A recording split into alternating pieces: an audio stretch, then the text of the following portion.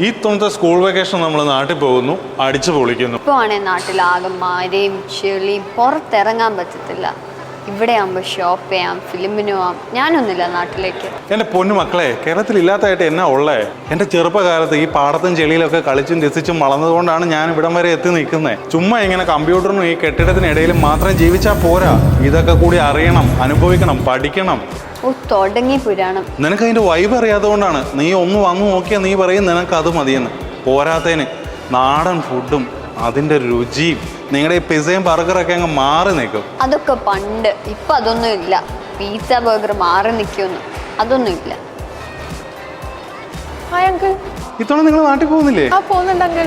ഇവിടെ എല്ലാ പ്ലാനും സെറ്റാ. പാടത്തും ചെളിയിലും എല്ലാം റെഡിയാക്കി വെച്ചിട്ട്.